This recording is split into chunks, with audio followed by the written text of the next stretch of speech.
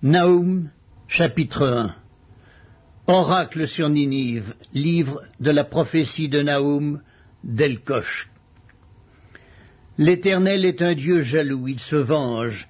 L'Éternel se venge, il est plein de fureur. L'Éternel se venge de ses adversaires, il garde rancune à ses ennemis. L'Éternel est lent à la colère, il est grand par sa force. Il ne laisse pas impuni.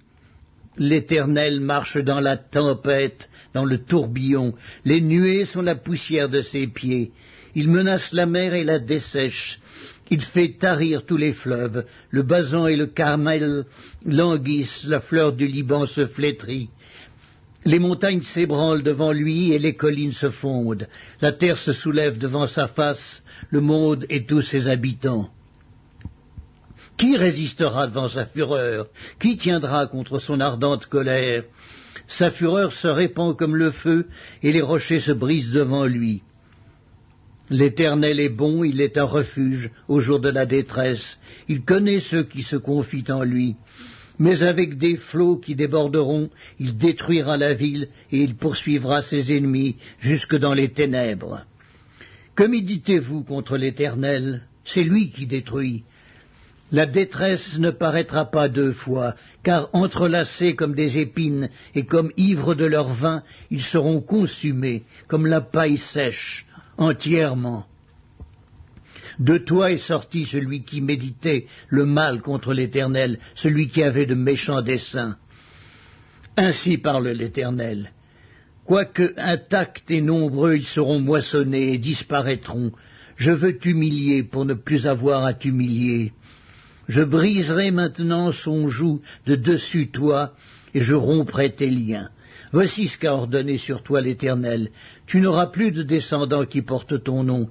J'enlèverai de la maison de ton Dieu les images taillées ou en fonte. Je préparerai ton sépulcre, car tu es trop léger. Nahum, chapitre 2. Voici sur les montagnes les pieds du messager qui annonce la paix. Célèbre tes fêtes, Juda, accomplis tes vœux, car le méchant ne passera plus au milieu de toi, il est entièrement exterminé. Le destructeur marche contre toi, garde la forteresse, veille sur la route, affermis tes reins, recueille toute ta force. Car l'Éternel rétablit la gloire de Jacob et la gloire d'Israël, parce que les pillards les ont pillés et ont détruit leurs ceps. Les boucliers de ces héros sont rouges, les guerriers sont vêtus de pourpre. Avec le fer qui étincelle apparaissent les chars, au jour qu'il a fixé pour la bataille, et les lances sont agitées. Les chars s'élancent dans la campagne, se précipitent sur les places. À les voir, on dirait des flambeaux. Ils courent comme des éclairs. Il se souvient de ces vaillants hommes, mais ils chancellent dans leur marche. On se hâte vers les murs et l'on se prépare à la défense. Les portes des fleuves sont ouvertes et le palais s'écroule. C'en est fait, elle est mise à nu, elle est emmenée. Ses servantes gémissent comme des colombes et se frappent la poitrine. Ninive était jadis comme un réservoir plein d'eau. Les voilà qui fuient. Arrêtez, arrêtez, mais nul ne se retourne.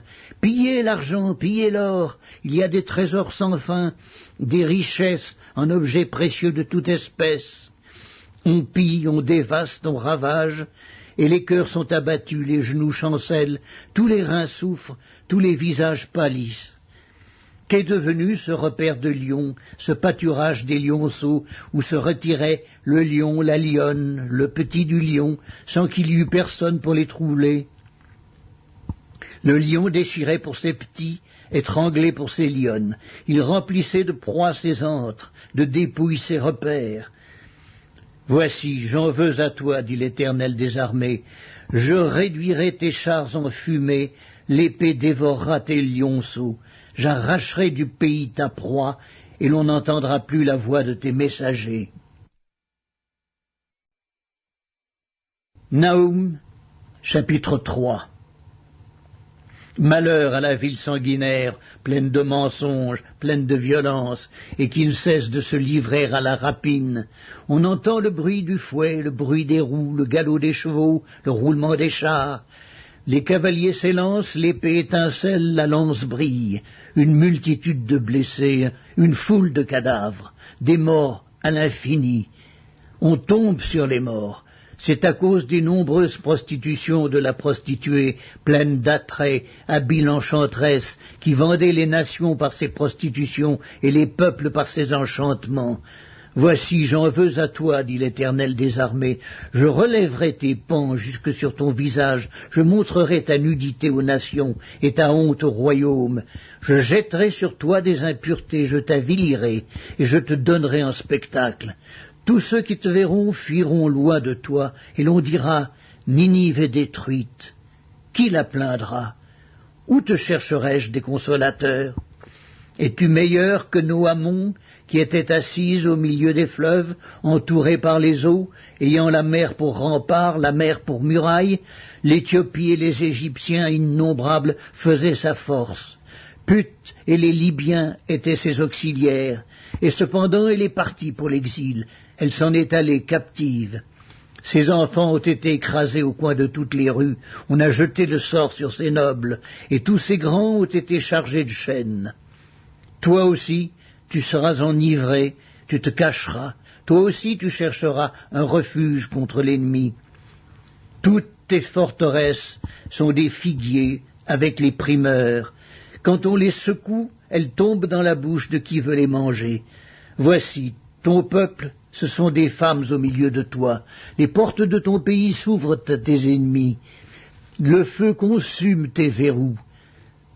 Puise de l'eau pour le siège, répare tes forteresses, entre dans la boue, foule l'argile, rétablis le four à briques. Là, le feu te dévorera, l'épée t'exterminera, te dévorera comme des sauterelles. Entasse-toi comme les sauterelles, entasse-toi comme les sauterelles. Tes marchands, plus nombreux que les étoiles du ciel, sont comme la sauterelle qui ouvre les ailes et s'envole. Tes princes sont comme les sauterelles, tes chefs comme une multitude de sauterelles qui se posent sur les haies au temps de la froidure.